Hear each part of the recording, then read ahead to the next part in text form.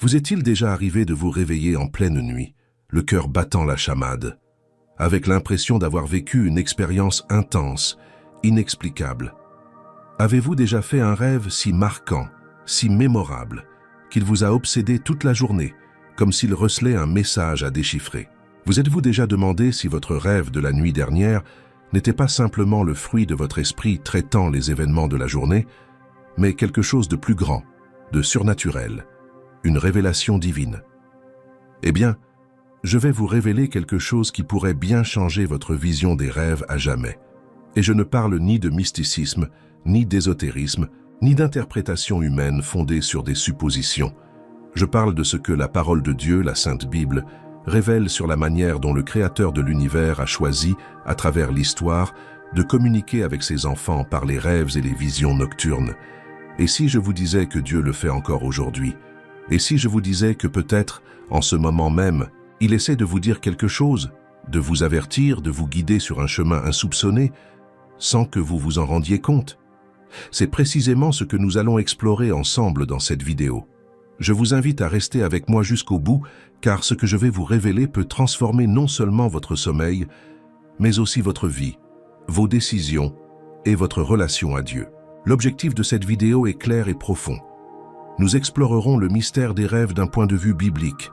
Nous comprendrons comment Dieu s'est servi des rêves pour guider les patriarches, protéger des familles entières, avertir les rois, révéler l'avenir des nations et même sauver la vie du Messie alors qu'il était encore bébé. Nous découvrirons ensemble que les rêves ne sont pas de simples phénomènes neurologiques aléatoires.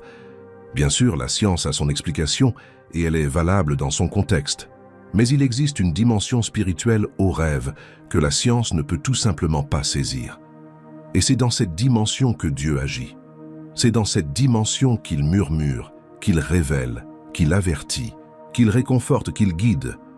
Et le plus grand problème de notre génération n'est peut-être pas que Dieu ait cessé de parler par les rêves, mais que nous ayons cessé d'écouter.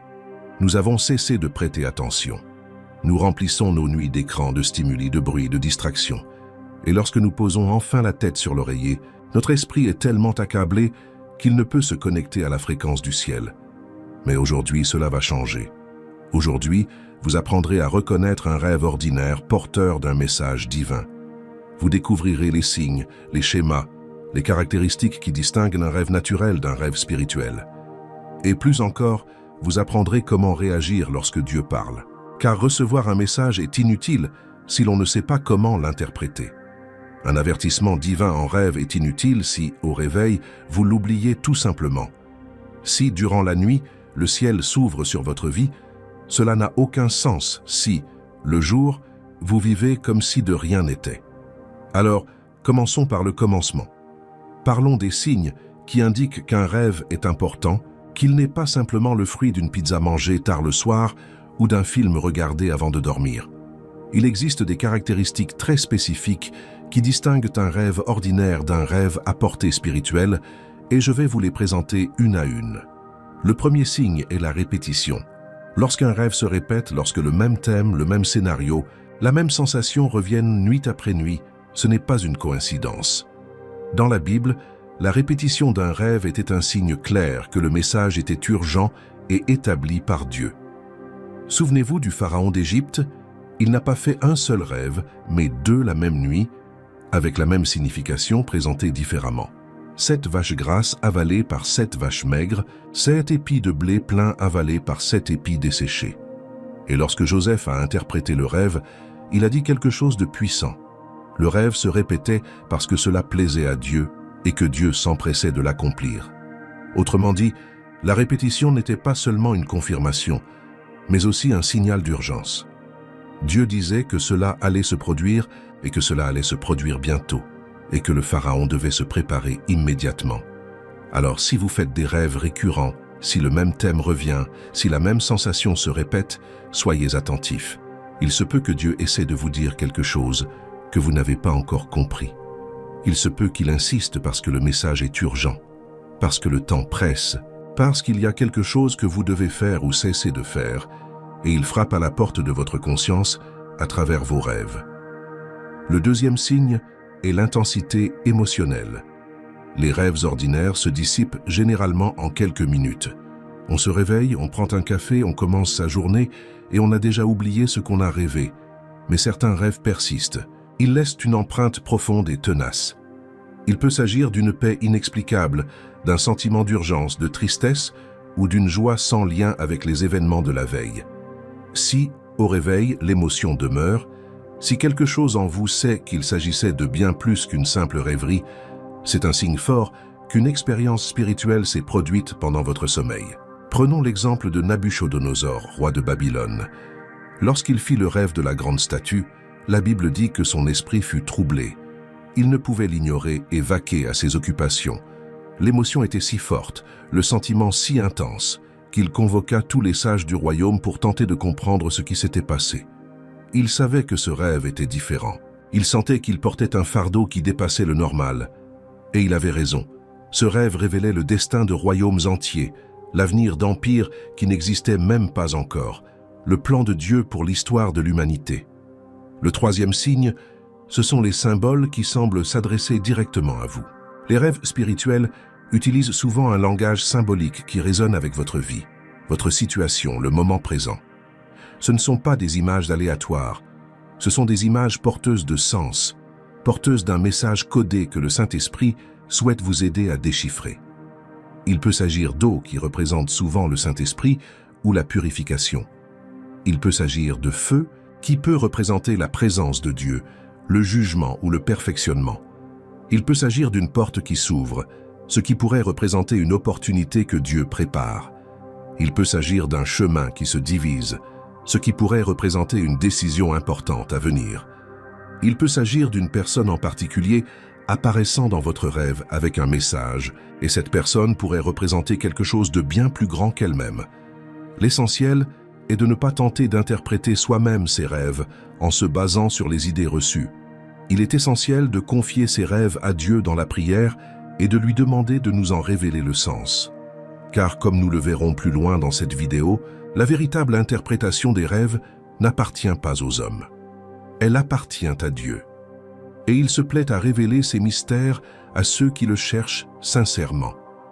Je voudrais maintenant vous parler d'un verset fondamental pour comprendre comment Dieu agit à travers les rêves. Il se trouve dans le livre de Job, chapitre 33, versets 14 à 16.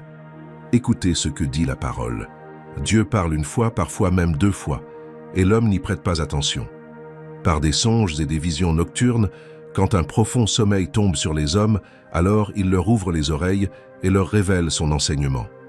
Avez-vous perçu la profondeur de ce passage? Approfondissons ce texte car il est d'une richesse inouïe. Premièrement, le texte dit que Dieu parle une et deux fois. Cela signifie que Dieu n'est pas un Dieu silencieux. Il n'est pas inactif. Il n'est pas distant. Il parle. Il communique. Il cherche à établir un lien avec ses enfants. Et il ne parle pas qu'une seule fois. Il parle à plusieurs reprises. Il insiste. Il est persévérant dans sa communication. Il ne nous abandonne pas facilement. Mais voici le plus douloureux. Le texte dit que l'homme n'y prête pas attention. Le problème n'est pas que Dieu ne parle pas, mais que nous n'écoutons pas. Nous sommes tellement distraits, tellement occupés, tellement absorbés par le bruit du monde que la voix de Dieu passe inaperçue. Il parle, mais nous ne l'écoutons pas. Il révèle, mais nous ne percevons pas. Il nous instruit, mais nous ne comprenons pas. Et alors, que fait Dieu? Il ne se décourage pas, il trouve une autre voie. Il utilise les rêves et les visions nocturnes.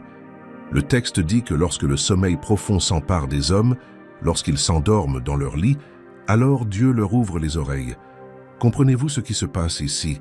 Dieu attend le moment où nous sommes enfin silencieux, le moment où nous nous arrêtons enfin. Le moment où le bruit du jour s'est tu, où les distractions ont disparu, où les écrans sont éteints et où nous sommes là, vulnérables, disponibles, ouverts. Et c'est à ce moment-là qu'il nous ouvre les oreilles, non pas nos oreilles physiques, les oreilles de l'esprit, les oreilles de l'âme. Il pénètre les profondeurs de notre être et y dépose son enseignement. Et le dernier mot est puissant. Il scelle l'instruction. Sceller signifie marquer, consigner, officialiser. Dieu ne se contente pas de parler en rêve. Il scelle l'instruction. Il grave le message dans notre esprit d'une manière indélébile. C'est pourquoi certains rêves nous hantent pendant des jours, des semaines, des mois, des années. Parce qu'ils ont été scellés, parce que Dieu a gravé ce message en nous, et il ne disparaîtra pas tant que nous n'y prêterons pas attention et n'agirons pas en conséquence. Cela change tout, n'est-ce pas? Savoir que le Dieu de l'univers, le créateur de tout ce qui existe, se soucie tellement de vous qu'il attend patiemment que vous soyez calme, puis vous murmure à l'oreille. Il ne crie pas, il ne force rien, il attend. Et lorsque vous êtes enfin réceptif, il parle. Et ces paroles sont si puissantes qu'elles sont gravées, scellées, imprimées au plus profond de votre âme. Je vous propose maintenant de découvrir quelques-uns des exemples les plus extraordinaires de la Bible, illustrant comment Dieu s'est servi des rêves pour changer le cours de l'histoire. Je vous invite à être très attentif, car chacun de ces exemples recèle des principes directement applicables à votre vie aujourd'hui. Il ne s'agit pas simplement d'histoires du passé, mais de schémas révélateurs de la manière dont Dieu agit, et il n'a pas changé. Commençons par Joseph, fils de Jacob. Son histoire est l'une des plus impressionnantes de toute la Bible, et tout commence par des rêves. Alors que Joseph était encore adolescent, Dieu lui fit 2 rêves. Dans le premier, Joseph et ses frères étaient en train de lier des gerbes dans les champs. La gerbe de Joseph se dressa et resta droite, tandis que celle de ses frères s'inclinait devant elle. Dans le second, le soleil, la lune et 11 étoiles s'inclinèrent devant lui. Les frères de Joseph étaient furieux. Son père était perplexe. Mais Joseph garda ses rêves dans son cœur pendant des années, sans bien comprendre comment ni quand ils se réaliseraient. Voici le premier principe fondamental que nous tirons de l'histoire de Joseph.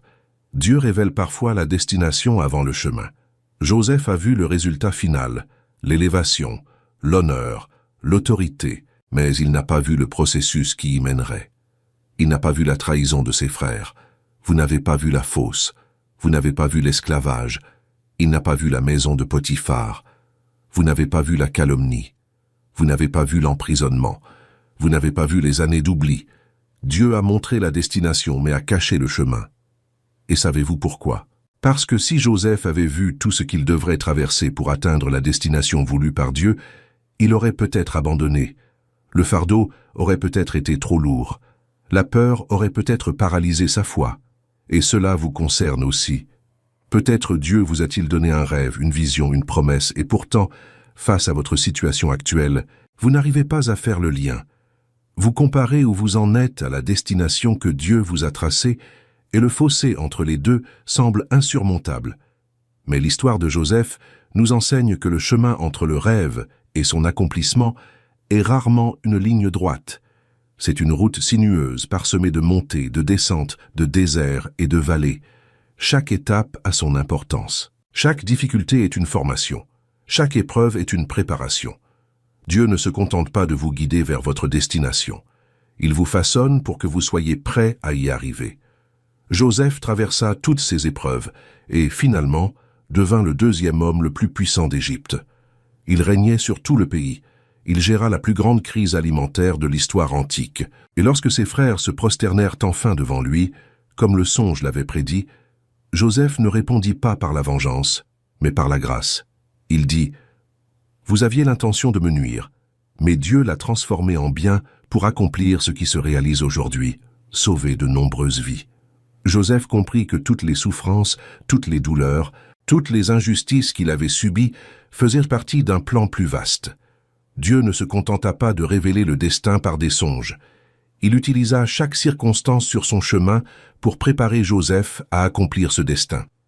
Et je dois vous poser la question, quel est le rêve que Dieu a placé dans votre cœur? Quelle est la vision qu'il vous a donnée et qui semble impossible à réaliser dans votre situation actuelle? Ne renoncez pas à ce rêve, ne laissez pas les circonstances présentes effacer ce que Dieu vous a montré. Car s'il vous l'a montré, il l'accomplira. S'il vous l'a révélé, il le mènera à son terme. Il est fidèle pour achever ce qu'il a commencé. Passons maintenant au 2e grand exemple biblique, tout aussi extraordinaire. Parlons de Daniel à Babylone. Daniel fut emmené captif à Babylone alors qu'il était encore jeune. Il perdit sa terre, sa famille, sa culture, sa liberté. Il fut contraint de vivre dans un environnement entièrement païen, entouré d'idolâtrie et de pratiques contraires à toutes ses convictions. Mais Daniel fit un choix qui changea tout. Il décida de ne pas se souiller. Il décida de conserver sa foi, sa communion avec Dieu, sa vie de prière, même au milieu du chaos. Et Dieu a honoré cette décision de manière extraordinaire. L'une des plus frappantes fut à travers les rêves et leur interprétation. Lorsque le roi Nabuchodonosor fit ce rêve troublant de la grande statue, et qu'aucun des sages, magiciens, enchanteurs ou astrologues de Babylone ne put en dire la signification, encore moins l'interpréter, Daniel prit l'initiative. Mais il ne le fit pas avec arrogance ni présomption. Il le fit avec humilité et en s'en remettant à Dieu. Avant d'aller trouver le roi, il réunit ses amis, Anania, Michaël et Azaria, et ils prièrent ensemble. Ils cherchèrent Dieu. Et durant la nuit, dans une vision, Dieu révéla à Daniel le mystère du rêve du roi. Et la réaction de Daniel est magnifique. Avant de courir vers le roi pour lui en révéler l'interprétation, il s'arrêta pour louer Dieu.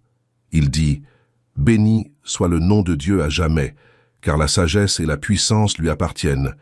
Il change les temps et les saisons, il renverse les rois et en établit d'autres. Il donne la sagesse aux sages et la connaissance aux intelligents. Il révèle les choses profondes et cachées. Il connaît ce qui est dans les ténèbres, et la lumière demeure auprès de lui. » Quelle déclaration puissante! Daniel reconnut que la capacité d'interpréter les rêves ne venait pas de lui. Elle venait de Dieu. La sagesse n'était pas la sienne, elle appartenait à Dieu. Le pouvoir de révéler les mystères n'était pas humain, il était divin. Lorsque Daniel se présenta enfin devant Nabuchodonosor, ses paroles furent fondamentales. Il déclara « Il y a un Dieu au ciel qui révèle les mystères ». Il ne dit pas « Je peux révéler les mystères », mais « Il y a un Dieu qui révèle ». Daniel rendit toute la gloire à qui de droit. Et Dieu révéla par son intermédiaire non seulement le rêve du roi, mais aussi le destin d'empires entiers. La grande statue, à la tête d'or, à la poitrine et aux bras d'argent, au ventre et aux cuisses de bronze, aux jambes de fer et aux pieds de fer mêlés d'argile, représentait la succession des empires mondiaux. Babylone, l'empire médo-perse, la Grèce et Rome. Enfin, qu'une pierre détachée sans intervention humaine détruisit la statue et devint une immense montagne qui recouvrit toute la terre, symbolisant le royaume de Dieu, éternel et indestructible. Que pouvons-nous en tirer? Plusieurs leçons importantes. Premièrement, l'interprétation des rêves appartient à Dieu, ni aux livres d'interprétation des rêves que l'on trouve sur Internet, ni aux gourous spirituels, ni aux pratiques mystiques, à Dieu. Si vous voulez comprendre ce que Dieu vous dit à travers vos rêves, la première chose à faire est de vous adresser à lui dans la prière et de lui demander une révélation. Deuxième leçon, Dieu révèle ses mystères à ceux qui vivent en communion avec lui. Daniel n'a pas reçu cette interprétation par hasard. Il l'a reçue parce qu'il menait une vie de prière, de jeûne, de sainteté et d'obéissance. Il entretenait une relation intime avec Dieu. Et c'est cette intimité qui ouvre les voies de la communication spirituelle. Si vous souhaitez entendre Dieu dans vos rêves, vous devez cultiver une relation avec lui au quotidien. Vous ne pouvez pas ignorer Dieu lorsque vous êtes éveillé et espérer qu'il vous parle pendant votre sommeil. Troisième leçon. Dieu ne se contente pas de révéler, il donne aussi la stratégie. Dans le cas du rêve de Pharaon, interprété par Joseph, Dieu a non seulement révélé que 7 années d'abondance seraient suivies de 7 années de famine, mais il a également inspiré Joseph à proposer une stratégie de stockage des céréales qui a sauvé l'Égypte et toutes les nations environnantes de la famine. De même, lorsque Dieu vous révèle quelque chose en rêve, il ne vous laisse pas sans direction. Il vous montre le problème et vous donne aussi la sagesse pour l'affronter. Il vous montre le défi et vous donne aussi la stratégie pour le surmonter. D'ailleurs, si ce contenu vous parle, si vous sentez au fond de vous que vous aviez besoin de l'entendre, je vous demande 2 choses simples. Premièrement, aimez cette vidéo. Ce simple geste contribue grandement à diffuser ce message à un maximum de personnes qui en ont besoin. Deuxièmement, si ce n'est pas déjà fait, abonnez-vous à la chaîne et activez les notifications. Nous publions du contenu comme celui-ci chaque semaine et je ne veux pas que vous en manquiez une seule. Ceci étant dit, continuons, car il y a encore beaucoup de contenu important à venir. Abordons maintenant un point essentiel qu'il convient d'exprimer clairement et honnêtement. Tous les rêves ne proviennent pas de Dieu. C'est une vérité fondamentale qu'il nous faut accepter, afin d'éviter toute illusion ou exagération. La Bible est équilibrée sur ce sujet, et nous devons l'être aussi. L'Ecclésiaste, chapitre 5, verset 3, affirme que parmi la multitude des rêves se trouvent des vanités et de nombreuses paroles. Autrement dit, nombre de rêves sont simplement le fruit naturel du fonctionnement de notre cerveau. La science explique que pendant le sommeil, et plus particulièrement durant la phase de sommeil paradoxal, REM, notre cerveau traite les informations de la journée, consolide les souvenirs, résout les problèmes et libère les émotions refoulées. C'est pourquoi, si vous regardez un film d'horreur avant de vous coucher, vous risquez de faire des cauchemars. Si vous êtes inquiet, à propos d'une situation au travail, vous rêverez probablement de scénarios liés à cette situation. Si vous avez faim, vous rêverez peut-être de nourriture.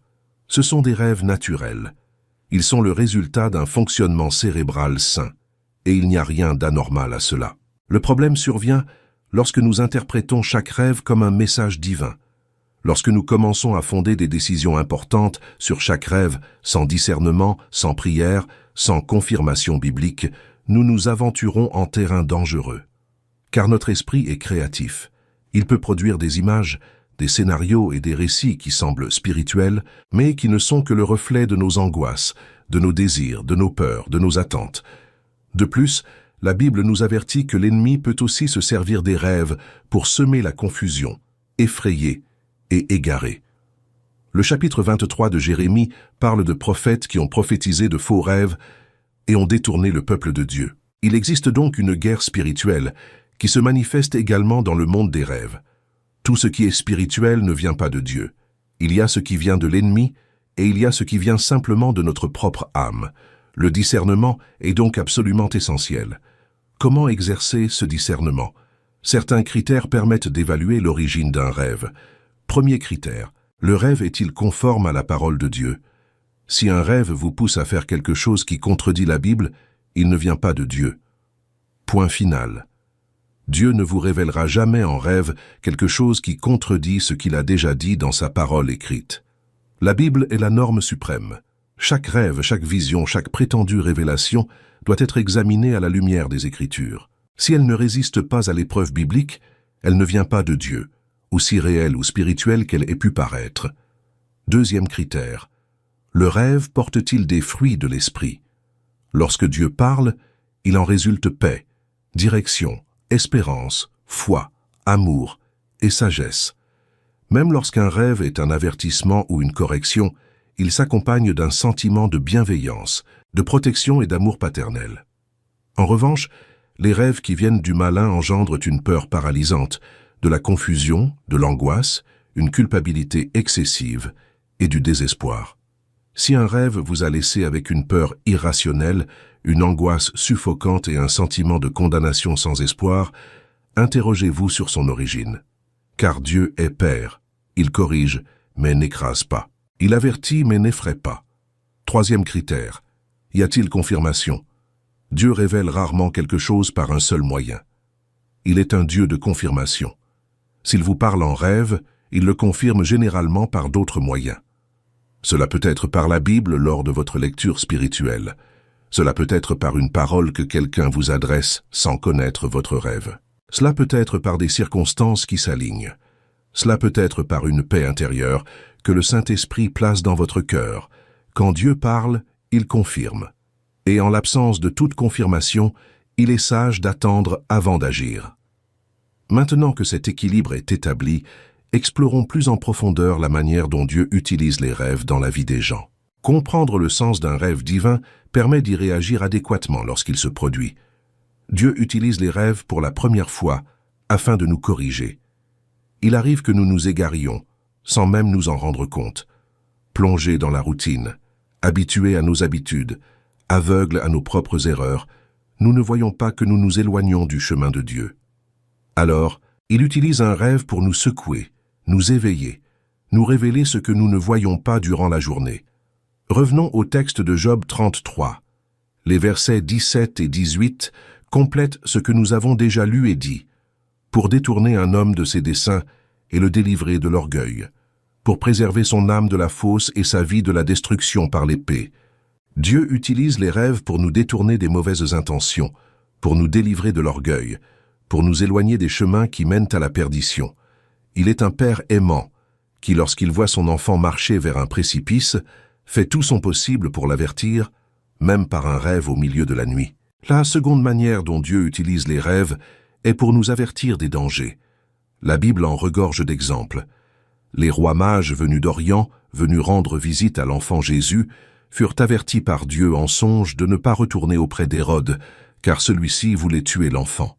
La Bible rapporte que, avertis en songe, ils regagnèrent leur pays par un autre chemin. Ce songe sauva la vie de Jésus.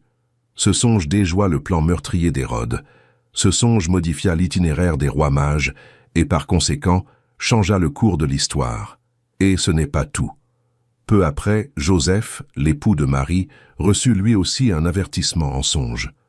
Un ange lui apparut et lui dit « Lève-toi, prends l'enfant et sa mère, et fuis en Égypte. Reste-y jusqu'à ce que je te le dise, car Hérode va chercher l'enfant pour le faire mourir. » Et Joseph, sans poser de questions, sans hésiter, se leva en pleine nuit, prit l'enfant et sa mère, et partit pour l'Égypte.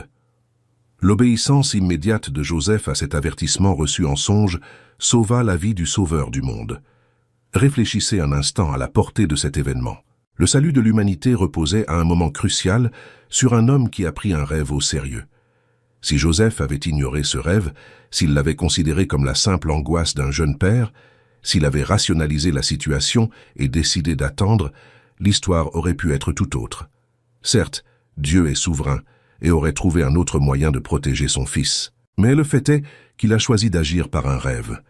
Et Joseph a choisi d'obéir. Cela m'amène à vous poser une question importante. Quand avez-vous ignoré pour la dernière fois un avertissement divin reçu en rêve?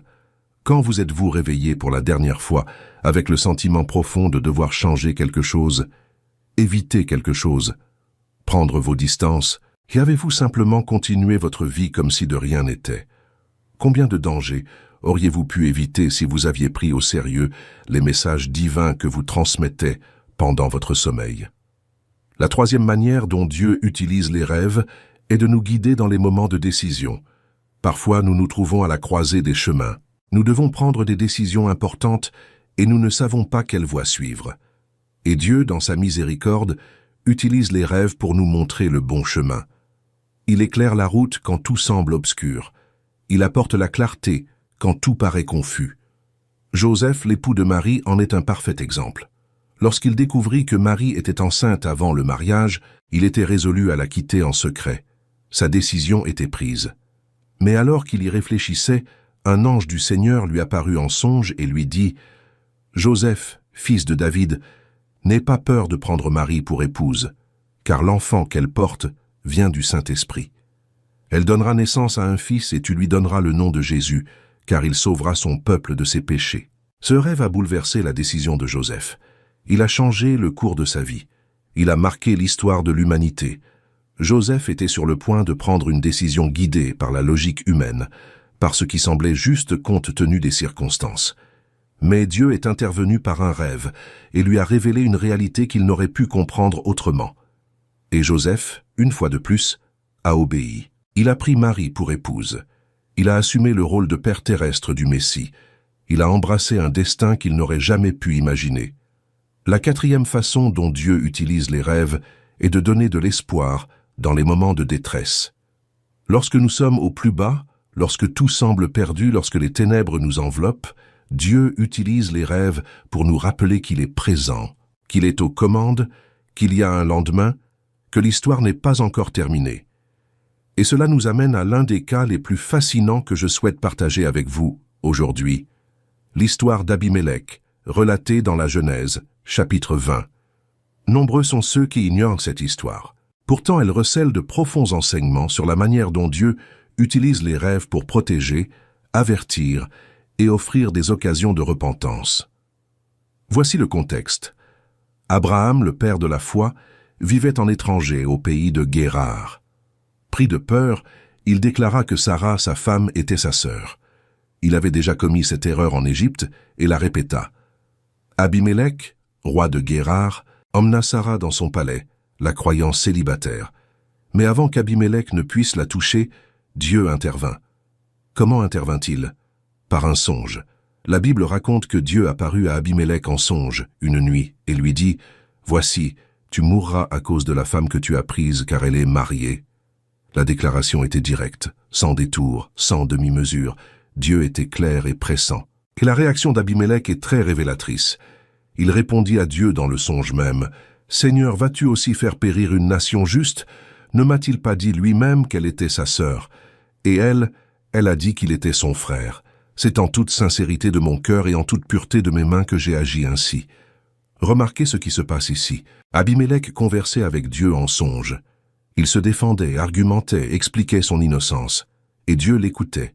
Et Dieu lui répondit, « Dieu dit, « Je sais que tu as agi en toute sincérité, et je t'ai aussi empêché de pécher contre moi. C'est pourquoi je ne t'ai pas permis de la toucher. » C'est extraordinaire. Dieu a reconnu la sincérité d'Abimélec. Dieu a dit que c'était lui-même qui l'avait empêché de pécher. Et Dieu s'est servi du songe, non pas pour condamner, mais pour protéger. Pour protéger Abimélec d'un péché qu'il aurait commis sans le savoir. Pour protéger Sarah d'une situation inappropriée. Et pour protéger le plan de Dieu pour la descendance d'Abraham. Mais Dieu ne s'arrêta pas là. Il donna des instructions précises dans le songe. Il dit, « Maintenant donc rends la femme à son mari, car il est prophète. Il priera pour toi et tu vivras. Mais si tu ne la rends pas, sache que tu mourras, toi et tout ce qui t'appartient. » Dieu lança un avertissement clair, une instruction directe, et évoqua les conséquences de la désobéissance. Abimélec se réveilla et agit aussitôt. La Bible dit qu'il se leva de bon matin, appela tous ses serviteurs, et leur raconta tout cela. Ils furent saisis d'une grande crainte. Les leçons à tirer sont immenses. Première leçon. Dieu peut parler même à ceux qui ne le connaissent pas intimement, afin de protéger ses desseins. Abimélec n'était pas un patriarche croyant, mais un roi païen. Pourtant, Dieu lui a parlé en songe car la situation concernait Sarah, figure centrale du plan divin pour l'humanité. Cela nous montre que Dieu ne se limite pas à parler aux seuls spirituels. Il peut parler à n'importe qui, n'importe quand, lorsque ses desseins sont en jeu. Deuxième leçon, Dieu utilise les rêves pour prévenir le péché. Abimélec n'avait pas encore péché. Il n'avait pas touché à Sarah. Et Dieu est intervenu avant que l'erreur ne se produise. C'est la pure miséricorde. Dieu n'a pas attendu qu'Abimélec pêche pour le juger. Il l'a averti. Et cela se produit peut-être dans votre vie en ce moment même. Dieu utilise peut-être un rêve pour vous empêcher de commettre une erreur. Il vous montre peut-être les conséquences d'une décision que vous êtes sur le point de prendre. Il vous donne peut-être l'occasion de changer de cap avant qu'il ne soit trop tard. Troisième leçon. La réponse appropriée à un rêve divin est une action immédiate. Abimélec ne s'est pas attardé sur la réalité du rêve. Il n'a pas attendu de voir s'il referait le même rêve. Il s'est réveillé en pleine nuit et a agi. Il a rendu Sarah à Abraham. Il a obéi à Dieu et il a été sauvé. Sa vie a été préservée. Sa nation a été protégée et le plan de Dieu s'est poursuivi sans entrave. La question demeure. Agissez-vous lorsque Dieu vous parle? Ou attendez-vous, remettez-vous à plus tard, procrastinez-vous, doutez-vous? Car lorsque Dieu parle, la réponse urgente est l'obéissance. Passons maintenant à un autre cas tout aussi poignant et émouvant, celui de Jacob dans la Genèse, chapitre 28. Ce cas est particulier car il se déroule à une époque de profonde solitude et de désespoir. Jacob fuyait son frère Ésaü, qui voulait le tuer pour avoir usurpé le droit d'aînesse. Il avait quitté la maison de son père, abandonnant tout ce qu'il connaissait, et voyageait seul à travers le désert sans savoir ce que l'avenir lui réservait. La nuit tombée, il n'avait nulle part où dormir. Il prit une pierre, la plaça sous sa tête comme oreiller, et s'allongea là au milieu de nulle part, à la belle étoile, complètement vulnérable, complètement seul, sans la moindre incertitude quant au lendemain. Et c'est précisément à ce moment-là, au plus bas de la vie de Jacob, que Dieu choisit de se révéler. La Bible dit que Jacob fit un rêve. Une échelle était dressée sur la terre, et son sommet atteignait le ciel.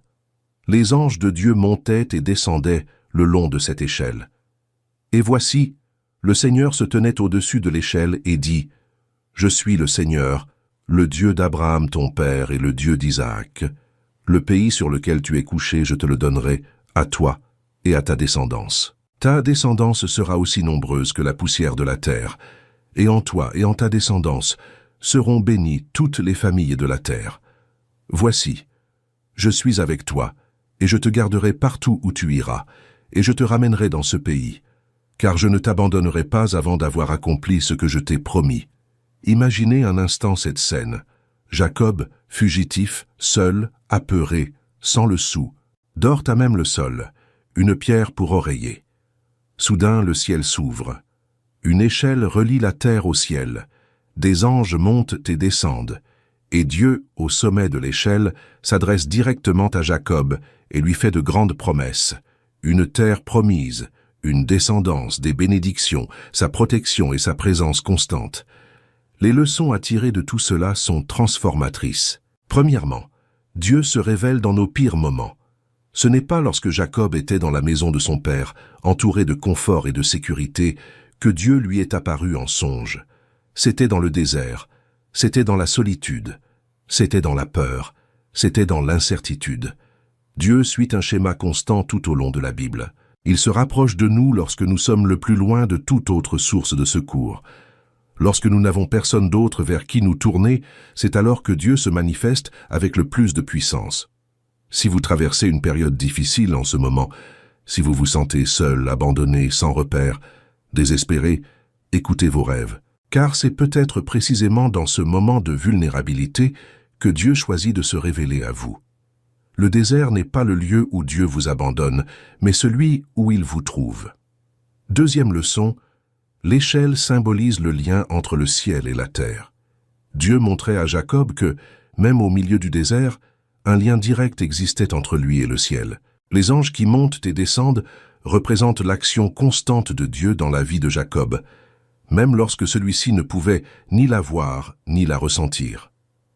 Des siècles plus tard, Jésus s'est identifié à cette échelle. Dans l'évangile de Jean, chapitre 1, verset 51, Jésus dit « En vérité, je vous le dis, vous verrez le ciel ouvert et les anges de Dieu monter et descendre sur le Fils de l'homme. » Jésus est l'échelle, il est le lien entre le ciel et la terre. Il est le chemin par lequel les bénédictions de Dieu descendent et les prières des hommes s'élèvent. Troisième leçon, la promesse de la présence est plus forte que toutes les circonstances. Dieu n'a pas dit à Jacob « Je vais faire disparaître tous tes problèmes ». Il n'a pas dit « Demain tout sera réglé ». Il a dit « Je suis avec toi, je te protégerai où que tu ailles, je ne t'abandonnerai pas ». La promesse n'était pas l'absence de difficultés, mais la présence au cœur même des difficultés. Et c'est ce qui a tout changé. Jacob s'est réveillé de ce rêve transformé. Il a dit « Assurément, le Seigneur est en ce lieu et je ne le savais pas. » Et il a ajouté « Que ce lieu est redoutable. C'est la maison de Dieu. C'est la porte du ciel. » Jacob comprit que le lieu qu'il croyait être la fin était en réalité la porte du ciel. Le lieu qu'il pensait être l'abandon était en réalité la maison de Dieu. Et peut-être que l'endroit où vous vous trouvez actuellement, que vous considérez comme le pire de votre vie, est précisément celui où Dieu est sur le point de se révéler avec toute sa puissance. Examinons maintenant le cas de Joseph devant Pharaon, dans la Genèse, chapitre 41. Ce cas apporte une dimension supplémentaire très importante que nous n'avons pas encore abordée. Nous avons déjà brièvement évoqué les rêves de Pharaon, les 7 vaches grasses et les 7 vaches maigres, les 7 épis de blé plein et les 7 épis desséchés. Mais je souhaite à présent m'attarder sur ce qui s'est passé lorsque Joseph a interprété ses rêves, car c'est là que nous découvrons quelque chose d'extraordinaire dans la manière dont Dieu agit. Lorsque Joseph fut amené de prison pour interpréter le rêve du Pharaon, son premier réflexe fut de rendre gloire à Dieu. Le Pharaon lui dit « J'ai entendu dire que tu sais interpréter les rêves. » Joseph répondit « Ce n'est pas en moi, c'est Dieu qui donnera au Pharaon une réponse favorable. » Cette humilité est essentielle. Joseph ne se vanta pas, il ne chercha pas à se mettre en avant, il ne tenta pas d'impressionner, il se contenta de rendre hommage à Dieu. Joseph interpréta ensuite les rêves. Il expliqua que les 2 rêves avaient la même signification. Les 7 vaches grasses et les 7 épis de blé chargés de fruits représentaient 7 années d'abondance pour tout le pays d'Égypte. Les 7 vaches maigres et les 7 épis de blé desséchés représentaient, quant à eux, 7 années de famine sévère. Le fait que le rêve se soit répété 2 fois signifiait que Dieu en avait décidé ainsi et qu'il s'empresserait d'accomplir sa volonté.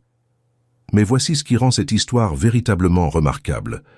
Joseph ne s'est pas contenté d'interpréter. Il est allé plus loin, il a dit à Pharaon, « Maintenant donc que Pharaon désigne un homme avisé et sage et qu'il le place à la tête du pays d'Égypte. Que Pharaon fasse ceci, qu'il nomme des intendants pour le pays et qu'il prélève un 5e des récoltes pendant les 7 années d'abondance. Ils amasseront toute la moisson de ces bonnes années et entreposeront le grain sous l'autorité de Pharaon, afin d'approvisionner les villes.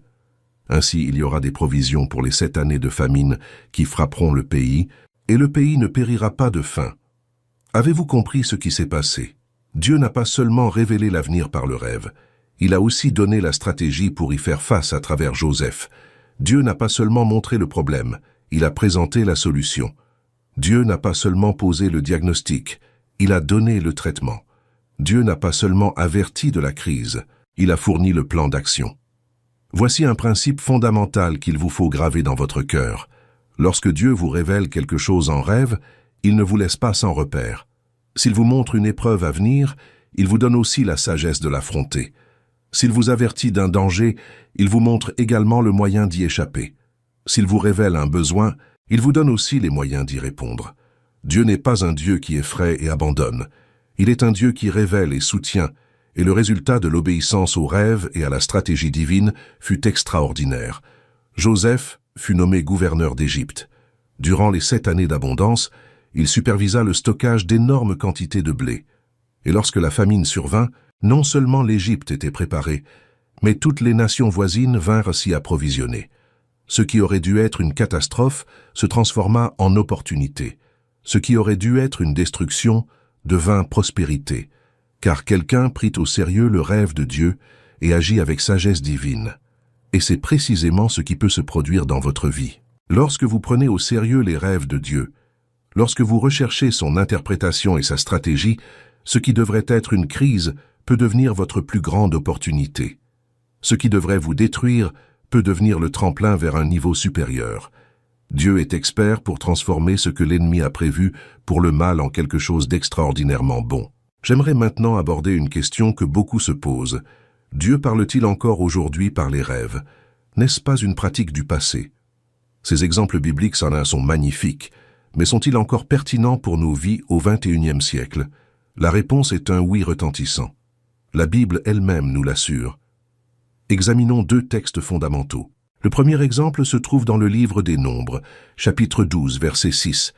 Dieu s'adresse à Aaron et Myriam, qui contestaient l'autorité de Moïse.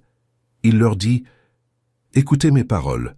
S'il y a parmi vous un prophète, moi, l'Éternel, je me révélerai à lui par une vision, je lui parlerai en songe. » Dieu établit ici un principe général de sa communication. Il se révèle par des visions et parle en songe. Ce n'est pas une méthode temporaire, mais une caractéristique de sa nature. C'est ainsi qu'il choisit de communiquer avec son peuple. Le second texte est encore plus puissant et direct. Il se trouve dans les Actes des Apôtres, chapitre 2, verset 17. C'est le sermon de Pierre le jour de la Pentecôte, citant le prophète Joël. « Dans les derniers jours, dit Dieu, je répandrai mon esprit sur toute chair. Vos fils et vos filles prophétiseront, vos jeunes gens auront des visions, et vos vieillards auront des songes. » Soyez attentifs à ce qui est dit ici. Pierre déclare que la promesse du Saint-Esprit répandue le jour de la Pentecôte inclut spécifiquement les songes et les visions. Et il affirme que cela se produira dans les derniers jours. Nous sommes dans les derniers jours. L'ère de l'Église, qui a commencé à la Pentecôte, est appelée les derniers jours dans l'Écriture. Par conséquent, la promesse des songes et des visions ne concerne pas une dispensation passée. Elle est pour maintenant. Elle est pour aujourd'hui. Elle est pour notre génération.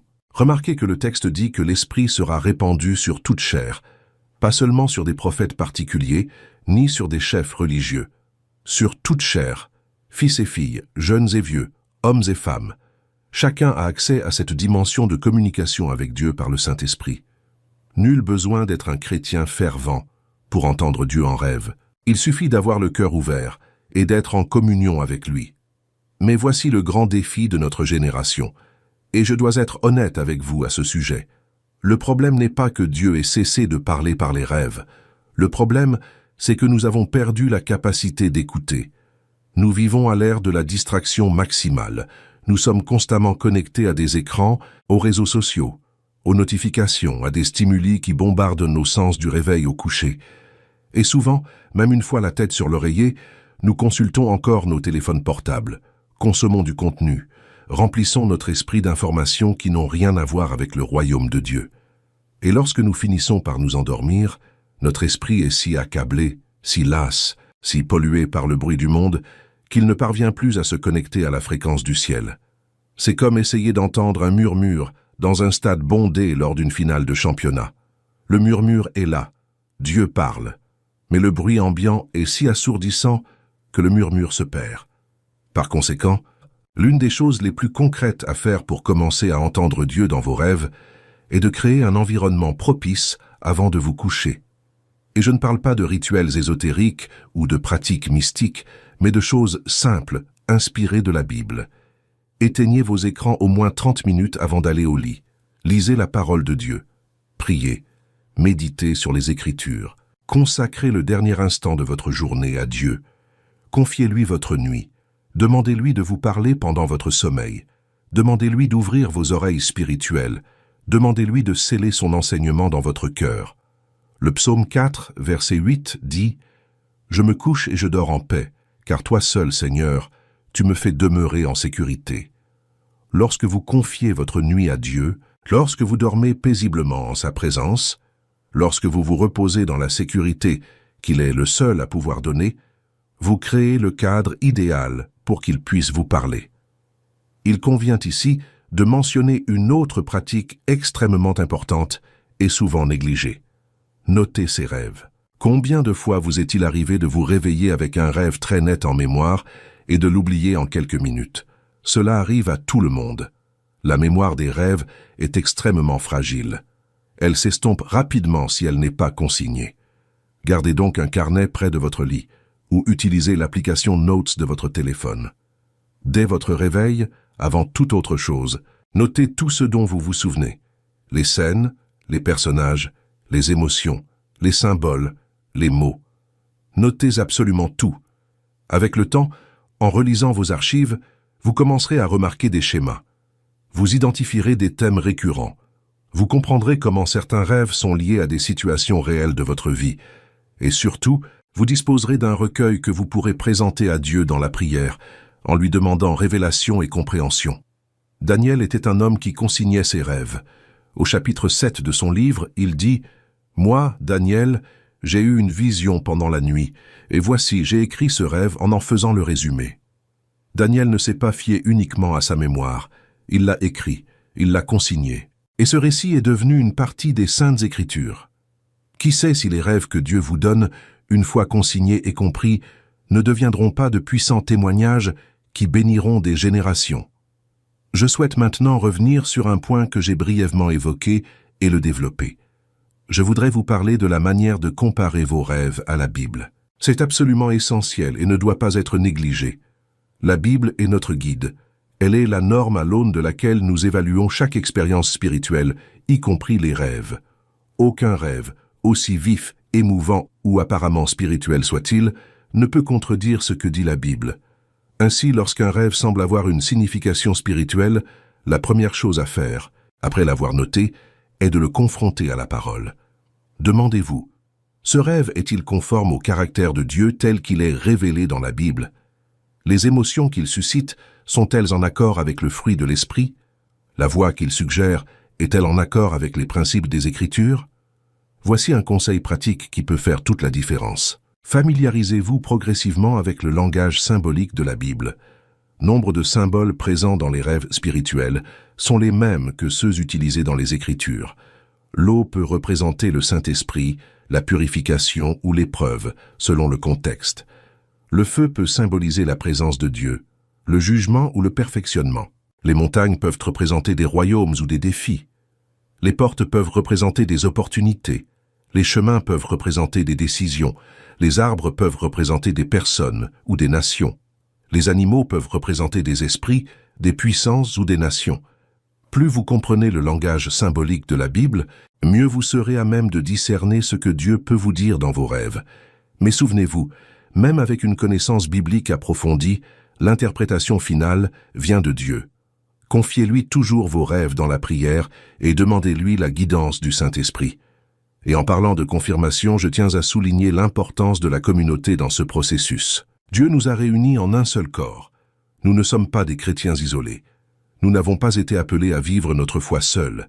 Et l'un des moyens par lesquels Dieu confirme ou éclaircit les rêves est par l'intermédiaire de frères et sœurs mûrs dans la foi. Trouvez des personnes de confiance, des personnes spirituellement mûres, des personnes qui connaissent la parole et partagez vos rêves avec elles. Demandez-leur conseil. Demandez-leur de prier pour vous. Demandez-leur de chercher Dieu avec vous.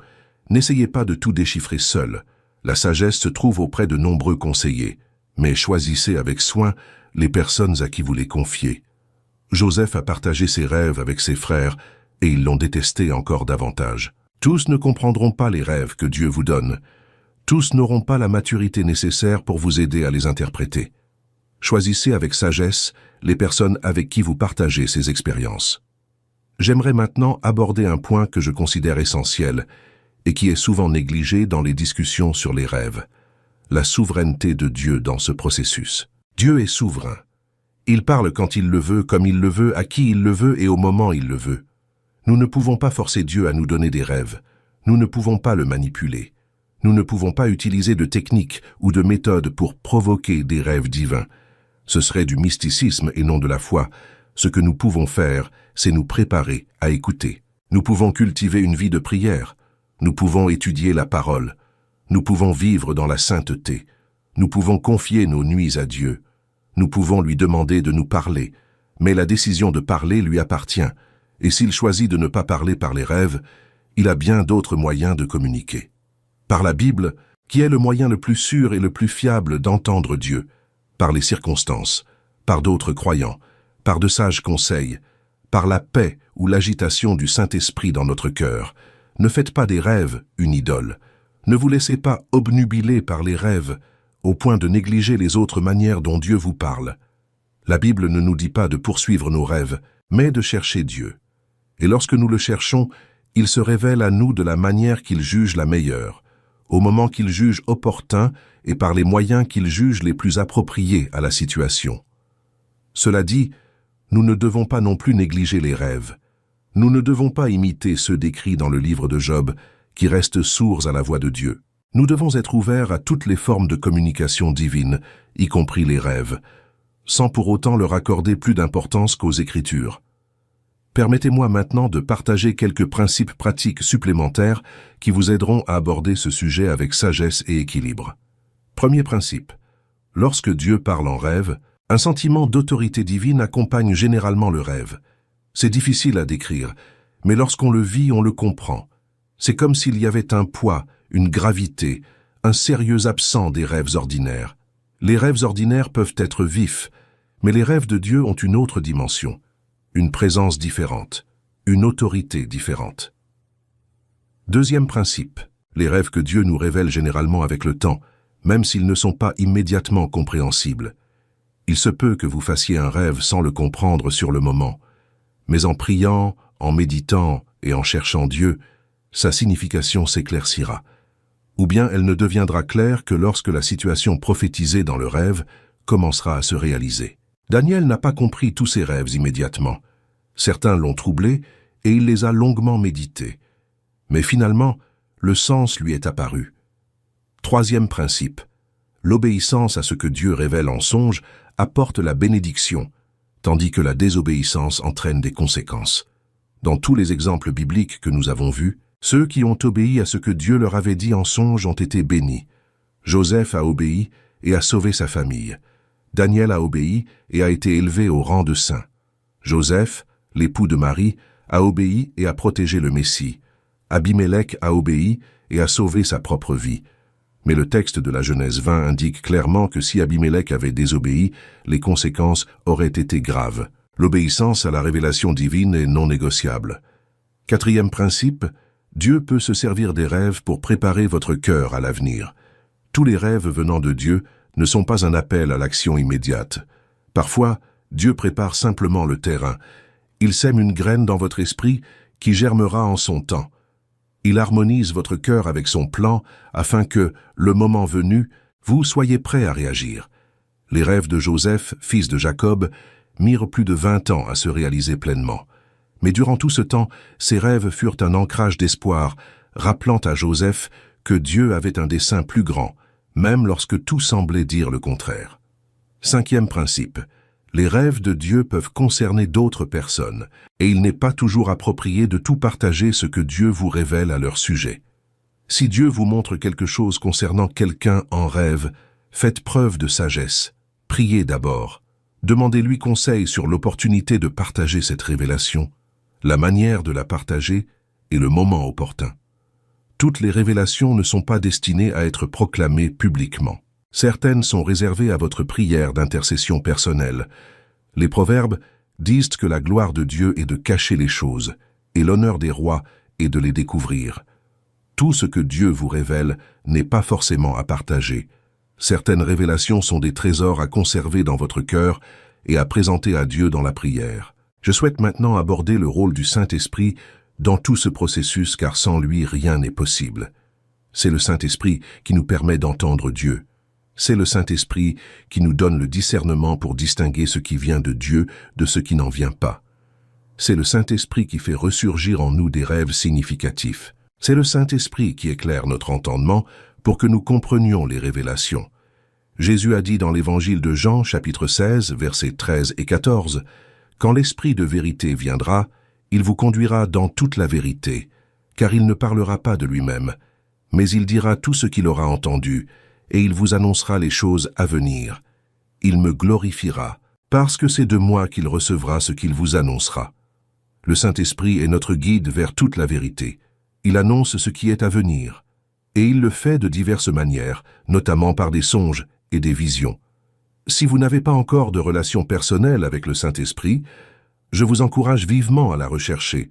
Le Saint-Esprit n'est pas qu'une doctrine théologique, il est une personne divine, qui désire demeurer en vous, vous guider, vous enseigner, vous révéler des choses et vous réconforter. Plus votre relation avec le Saint-Esprit sera intime, plus vous serez à l'écoute de la voix de Dieu, que ce soit en songe ou autrement. Et j'aimerais aborder ici un sujet profondément personnel et concret, les rêves angoissants, car je sais que beaucoup de gens ne font pas que de beaux rêves inspirants. Nombreux sont ceux qui font des cauchemars récurrents, des rêves perturbants, des rêves sources d'angoisse et de peur. Et la question qui se pose alors est, ces rêves viennent-ils aussi de Dieu? La plupart du temps, les cauchemars sont dus à l'anxiété, au stress, à un traumatisme non résolu, voire à une activité spirituelle négative. Mais il arrive que Dieu utilise un rêve perturbant pour nous avertir. Le critère essentiel est toujours le résultat. Si un rêve perturbant vous pousse à prier, à vous détourner du péché, à changer de cap, alors même ce trouble avait un dessein divin. En revanche, si le rêve vous paralyse de peur, vous plonge dans l'angoisse, vous éloigne de Dieu, vous fait douter de sa bonté, il ne vient probablement pas de lui. Si vous souffrez de cauchemars récurrents, voici quelques conseils pratiques. Tout d'abord, avant de vous endormir, implorez la protection divine pour votre nuit. Le psaume 91 est une prière puissante à cet égard. Déclarez que vous demeurez sous l'abri du Très-Haut, que vous vous réfugiez à l'ombre du Tout-Puissant. Priez pour votre esprit, votre âme et votre chambre. Ensuite, si vous avez des péchés non confessés ou des failles spirituelles dans votre vie, réglez-les. Le péché peut donner à l'ennemi l'occasion de perturber vos rêves. Confessez vos fautes, repentez-vous et fermez ces failles. Enfin, si les cauchemars persistent, demandez l'aide d'un accompagnateur spirituel. Il arrive que des problèmes spirituels plus profonds nécessitent d'être abordés avec autorité spirituelle et prière de délivrance. Mais souvenez-vous, Dieu est plus grand que n'importe quel cauchemar. Il est le Seigneur de la nuit autant qu'il est le Seigneur du jour. Aucun mauvais rêve n'a de pouvoir sur un enfant de Dieu protégé par le sang de Jésus. Lorsque vous vous abandonnez à la bienveillance de Dieu avant de vous endormir, vous pouvez être assuré qu'il veille sur vous. Parlons maintenant d'un point que je trouve fascinant et qui est souvent négligé dans les discussions sur les rêves bibliques. Le rôle de la foi et de l'espérance dans la capacité d'entendre Dieu. L'Épître aux Hébreux, chapitre 11, verset 6, affirme que sans la foi, il est impossible de plaire à Dieu, car il faut que celui qui s'approche de lui croit qu'il existe et qu'il récompense ceux qui le cherchent sincèrement. Ceci s'applique directement à la question des rêves. Si vous vous endormez en croyant que Dieu peut vous parler pendant la nuit, si vous vous attendez à ce que le Créateur de l'univers se soucie suffisamment de vous pour vous murmurer à l'oreille pendant votre sommeil, cela place votre esprit d'une manière complètement différente de celle où vous vous couchez indifférent, sans foi, sans attente, sans ouverture au surnaturel. La foi ne contraint pas Dieu à agir, mais elle nous dispose à recevoir son action. La foi est comme une antenne spirituelle qui capte les signaux du ciel. Sans cette antenne, même si Dieu aimait, nous ne recevons rien. Ce soir, avant de vous endormir, je vous invite à faire quelque chose de différent. Au lieu de simplement vous allonger et de vous laisser aller au sommeil, prenez quelques minutes. Respirez profondément. Apaisez votre cœur. Ouvrez la Bible et lisez 1 ou 2 psaumes. Parlez à Dieu. Dites-lui que vous êtes disponible. Dites-lui que vous désirez entendre sa voix. Dites-lui que votre cœur est ouvert. Et puis, dormez paisiblement, en ayant confiance que le Dieu qui a parlé à Joseph, à Daniel, à Jacob, à Abimelech, à Joseph, l'époux de Marie, est le même Dieu qui peut vous parler ce soir. J'aimerais maintenant aborder un autre aspect extrêmement pertinent qui complète cette présentation des rêves d'un point de vue biblique. Les rêves et l'intercession. Il arrive que Dieu nous donne des rêves, non pas sur nous-mêmes, mais sur autrui. Il nous révèle la situation, le besoin ou le danger d'une personne, non pas pour susciter notre curiosité ou notre inquiétude, mais pour que nous intercédions, pour que nous portions cette personne dans la prière, pour que nous nous tenions devant elle. Si vous rêvez de quelqu'un et ressentez un besoin impérieux de prier pour cette personne, agissez, priez, intercédez. Et si le Saint-Esprit vous guide, prenez contact avec cette personne. Dites-lui que Dieu vous a mis à cœur de prier pour elle. Il n'est pas forcément nécessaire de lui parler du rêve. Parfois, le plus sage est simplement de dire « Je prie pour toi, puis-je t'aider ?» Et laissez le Saint-Esprit guider la conversation. L'intercession nourrie par les rêves est un outil puissant que beaucoup de chrétiens négligent. Dieu nous appelle à être ses partenaires dans l'œuvre de prendre soin de notre prochain. Et l'un des moyens qu'il utilise pour nous mobiliser dans cette mission est le biais des rêves d'intercession. J'aimerais maintenant aborder un thème qui relie tout ce que nous avons évoqué jusqu'ici, l'obéissance. Car, en fin de compte, si Dieu nous parle, que ce soit par des rêves ou autrement, c'est pour que nous lui obéissions. Il ne s'agit pas de vivre des expériences spirituelles extraordinaires pour ensuite continuer à vivre comme avant. Il ne s'agit pas de collectionner des récits surnaturels pour impressionner les autres. Il s'agit d'obéir, d'accepter de changer de cap lorsqu'il nous corrige, d'agir lorsqu'il nous avertit, de lui faire confiance lorsqu'il nous guide, d'attendre lorsqu'il nous demande de la patience. Jacques, chapitre 1, verset 22 dit « Mettez en pratique la parole, et ne vous contentez pas de l'écouter, en vous trompant vous-même par de faux raisonnements. Entendre Dieu et ne pas lui obéir est pire que de ne pas l'avoir entendu du tout. Recevoir un songe divin et ne pas agir en conséquence, c'est mépriser la voix de Dieu. Et Dieu ne se méprise pas impunément. Il est patient, miséricordieux et longanime. Mais lorsqu'il parle, il attend une réponse. Il attend l'obéissance. Il attend des actes. Considérons tous les exemples que nous avons vus. Joseph, l'époux de Marie, a obéi immédiatement. Il s'est levé en pleine nuit et s'est enfui en Égypte avec l'enfant et sa mère. Il n'a pas attendu l'aube. Il n'a pas cherché d'autre avis. Il n'a pas approfondi la question. Il a obéi sur le champ. Abimelech s'est levé à l'aube et a rendu Sarah. Immédiatement. Les rois mages venus d'Orient ont changé de route et sont rentrés par un autre chemin, sans hésiter. L'obéissance à Dieu dans les rêves revêt la même urgence que l'obéissance à Dieu dans tout autre domaine de la vie. Je tiens à être très direct avec vous. Si Dieu vous a montré quelque chose en rêve, s'il vous a mis en garde, s'il vous a guidé, et que vous tergiversez, que vous remettez à plus tard, que vous faites semblant de ne pas avoir entendu, que vous attendez une confirmation supplémentaire alors que vous en avez déjà suffisamment, je vous en supplie, au nom de Jésus, obéissez. Ne prenez pas la voix de Dieu à la légère, ne prenez pas à la légère ce qu'il vous a révélé. L'obéissance est le chemin de la bénédiction. La désobéissance est le chemin de la perte. Choisissez l'obéissance. Je sais que tout n'est pas simple. Je sais que parfois les rêves sont déroutants. Parfois, nous ne sommes pas sûrs qu'ils viennent de Dieu. Parfois, leur signification n'est pas claire, et dans ces cas-là, la bonne attitude n'est pas d'agir impulsivement ni de les ignorer complètement. La bonne attitude est de chercher. Chercher Dieu dans la prière, le chercher dans sa parole, chercher une confirmation, chercher des conseils avisés. Dieu honore ceux qui le cherchent sincèrement. Il ne cache pas ses mystères pour nous frustrer. Il les révèle à ceux qui ont faim et soif de le connaître. Le livre des Proverbes, chapitre 25, verset 2 dit « La gloire de Dieu est de cacher une chose, mais l'honneur des rois est de la découvrir. » Parfois, Dieu cache des choses non pas pour nous en priver, mais pour nous inviter à une recherche plus approfondie. Lorsqu'un rêve n'est pas immédiatement compréhensible, il se peut que Dieu vous invite à vous rapprocher de lui, à approfondir votre connaissance de la parole, à prier avec plus d'intensité. La démarche de recherche de sens peut être aussi transformatrice que le sens lui-même, et ceci m'amène au point final de ce message, qui est aussi le point de départ de votre cheminement. Tout ce que nous avons abordé aujourd'hui, toutes les vérités bibliques que nous avons explorées, tous les exemples que nous avons analysés, tous les principes que nous avons présentés, convergent vers une vérité centrale.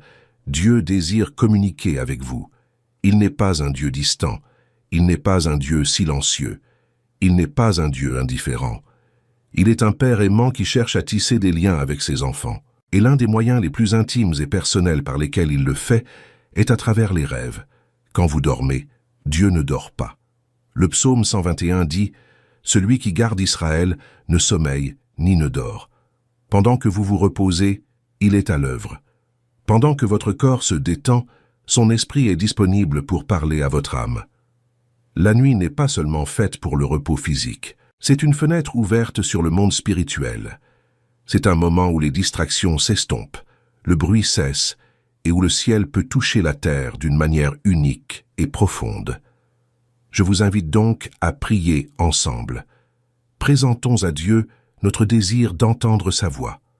Demandons-lui d'ouvrir nos oreilles spirituelles.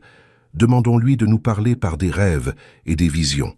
Qu'engageons-nous à être attentifs, à noter ses messages, à discerner sa voix et à lui obéir. Père céleste, nous venons à toi le cœur ouvert et l'esprit disposé.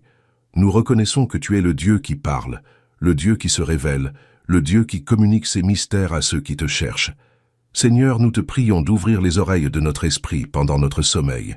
Il nous parle à travers les rêves et les visions nocturnes. Grave tes enseignements dans nos cœurs. Révèle-nous tes plans, tes avertissements, tes directives. Donne-nous le discernement pour distinguer ce qui t'appartient de ce qui ne t'appartient pas. Donne-nous la sagesse d'interpréter ce que tu nous révèles et donne-nous le courage d'obéir à ta parole. Nous confions nos nuits entre tes mains. Nous avons confiance que tu veilles sur notre sommeil et que tu es actif même lorsque nous nous reposons. Merci, Père, de prendre tant soin de nous et de nous murmurer à l'oreille pendant notre sommeil. Au nom de Jésus, Amen. J'ai maintenant une demande spéciale à vous adresser. Je sais que beaucoup de personnes qui regardent cette vidéo vivent des expériences oniriques incroyables. Peut-être que Dieu vous a déjà parlé en rêve et vous ne l'avez jamais partagé avec personne. Peut-être avez-vous un témoignage poignant sur la façon dont un rêve a changé votre vie, vous a protégé du danger, vous a guidé dans une décision ou vous a redonné espoir dans un moment de désespoir. Je souhaite entendre votre témoignage. Rendez-vous dans les commentaires et partagez votre expérience. Racontez-nous comment Dieu vous a parlé à travers vos rêves. Votre témoignage pourrait être la confirmation dont quelqu'un d'autre a besoin. Votre histoire pourrait fortifier la foi de quelqu'un qui doute.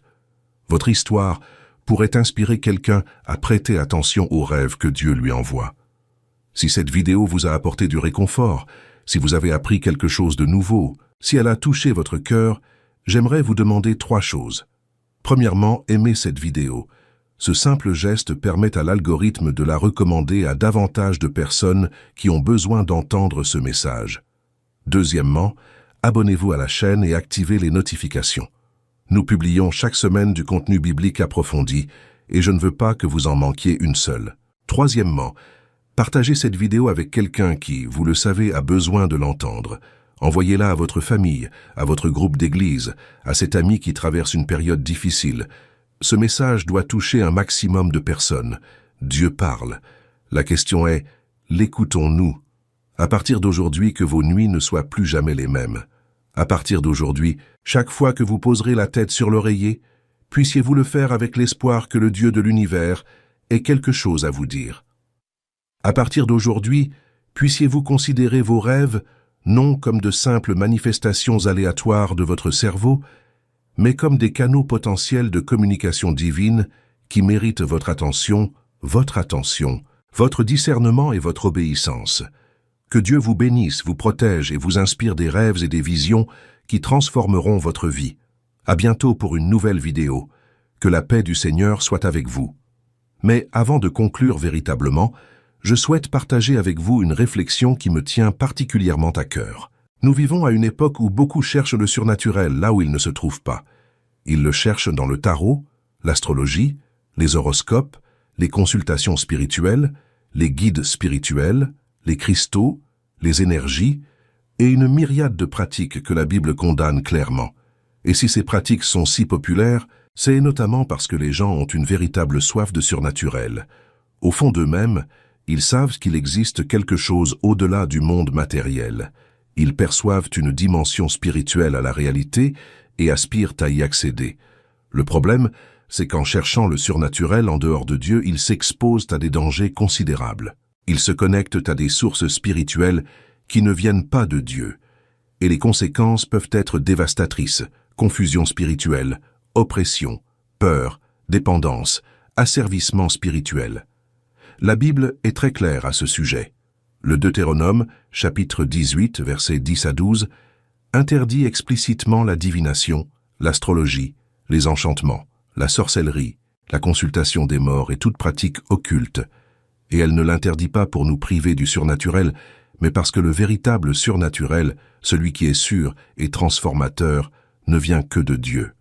C'est là que les rêves prennent tout leur sens. Dieu offre à son peuple un moyen légitime, sûr et conforme aux Écritures d'accéder à la dimension spirituelle.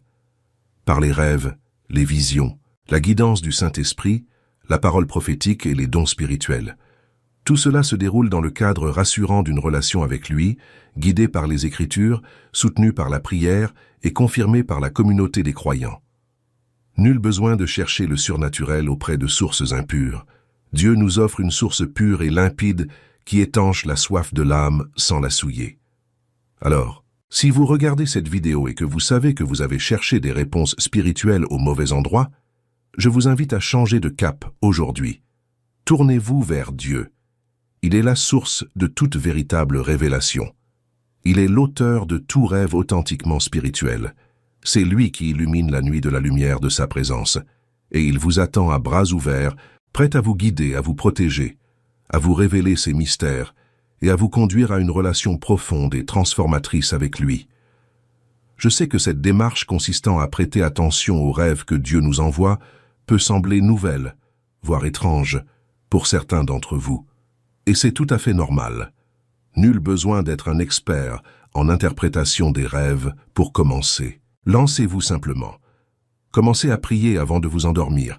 Commencez à noter ce dont vous vous souvenez au réveil. Commencez à comparer vos rêves avec la Bible. Commencez à chercher confirmation.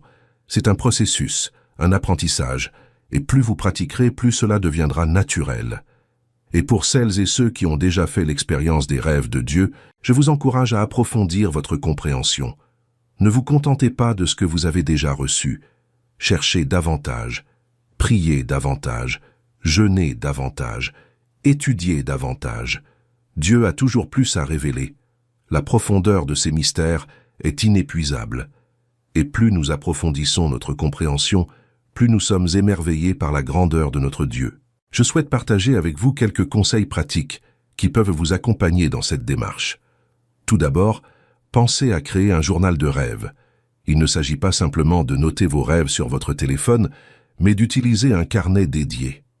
Un carnet que vous pourrez feuilleter, relire d'anciens rêves, identifier des schémas récurrents et observer comment Dieu s'est manifesté à vous au fil du temps. Ce journal deviendra un témoignage personnel de la fidélité de Dieu dans votre vie. Deuxièmement, lorsque vous notez un rêve, ne vous contentez pas de décrire les faits, le lieu et les personnages. Notez aussi vos émotions. Comment vous êtes-vous senti pendant le rêve? et au réveil. Les émotions sont souvent essentielles pour comprendre le sens d'un rêve. Un rêve d'eau, par exemple, peut avoir des significations très différentes selon que l'eau ait été associée à la paix ou à la peur. Le contexte émotionnel est tout aussi important que le contenu visuel. Troisièmement, prenez régulièrement le temps de relire votre journal de rêve et de prier à leur sujet. Parfois, le sens d'un rêve ne se révèle que des semaines ou des mois plus tard. Il arrive aussi qu'un rêve qui semblait dénué de sens, sur le moment, prenne tout son sens lorsqu'une circonstance particulière se produit. Si vous ne consultez pas régulièrement vos notes, vous risquez de passer à côté de ces liens. Quatrièmement, si possible, trouvez un groupe d'études ou de prières où vous pourrez partager et discuter de vos rêves. Je ne parle pas de séances d'interprétation des rêves à la New Age, mais d'un groupe de chrétiens mûrs qui se réunissent pour chercher Dieu ensemble, qui s'appuient sur la Bible, qui prient les uns pour les autres et qui s'entraident pour discerner le message de Dieu. Ce type de communauté est incroyablement enrichissant et apporte une dimension de croissance spirituelle difficilement atteignable seul. Cinquièmement, prenez soin de votre santé physique et mentale. Les rêves sont influencés par notre état physique et mental. Un manque de sommeil chronique ou une anxiété non traitée peuvent affecter la qualité de vos rêves. Prendre soin de son corps, c'est prendre soin du temple du Saint-Esprit. Je voudrais revenir une dernière fois aux Écritures pour asseoir solidement tout ce que nous avons abordé sur le fondement le plus inébranlable qui soit. Ouvrons le livre de Joël, chapitre 2, versets 28 et 29, texte original cité par Pierre le jour de la Pentecôte. « Après cela, je répandrai mon esprit sur toute chair. Vos fils et vos filles prophétiseront. Vos vieillards auront des songes, vos jeunes gens des visions. Même sur mes serviteurs et sur mes servantes, dans ces jours-là, je répandrai mon esprit. » Remarquez que le texte parle de serviteurs et de servantes. Il n'y a pas de hiérarchie spirituelle concernant les rêves de Dieu. Que vous soyez pasteur ou laïc, jeune ou vieux, homme ou femme, cela n'a aucune importance. Dieu répand son esprit sur toute chair. Cela signifie que vous, oui, vous qui regardez en ce moment, avez accès à cette dimension. Vous n'avez besoin d'aucune qualification particulière, d'aucun titre religieux, d'aucun don extraordinaire. Il vous suffit d'avoir le Saint-Esprit qui habite en vous et un cœur ouvert à l'écoute. Et si vous avez Jésus comme Seigneur et Sauveur, le Saint-Esprit demeure déjà en vous. La capacité d'entendre Dieu en rêve est déjà à votre portée. La question est de savoir si vous êtes réceptif ou non. Et pour ceux qui n'ont pas encore donné leur vie à Jésus, je tiens à dire que c'est la décision la plus importante que vous puissiez prendre. Non seulement pour entendre Dieu en rêve, mais pour avoir la vie éternelle, le pardon des péchés, la paix avec Dieu, un sens à votre vie, et l'assurance qu'en fermant les yeux pour la dernière fois sur cette terre, vous les rouvrirez en présence du Père. Jésus est le chemin, la vérité et la vie. Nul ne vient au Père que par lui, et si aujourd'hui le Saint-Esprit touche votre cœur, si une voix intérieure vous dit de vous abandonner à Jésus, n'ignorez pas cette voix.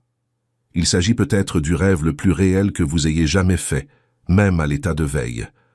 Le rêve d'une vie nouvelle, d'un nouveau départ, d'un avenir plein d'espoir. Je conclus cette vidéo par les paroles de Dieu lui-même, dans le livre de Jérémie, chapitre 29, versets 11 à 13, « Car je connais les projets que j'ai formés pour vous, dit l'Éternel, projets de paix et non de malheur, afin de vous donner un avenir et de l'espérance. Vous m'invoquerez, vous partirez, vous me prierez, et je vous exaucerai. Vous me chercherez, et vous me trouverez, si vous me cherchez de tout votre cœur. » Les rêves de Dieu sont à votre portée.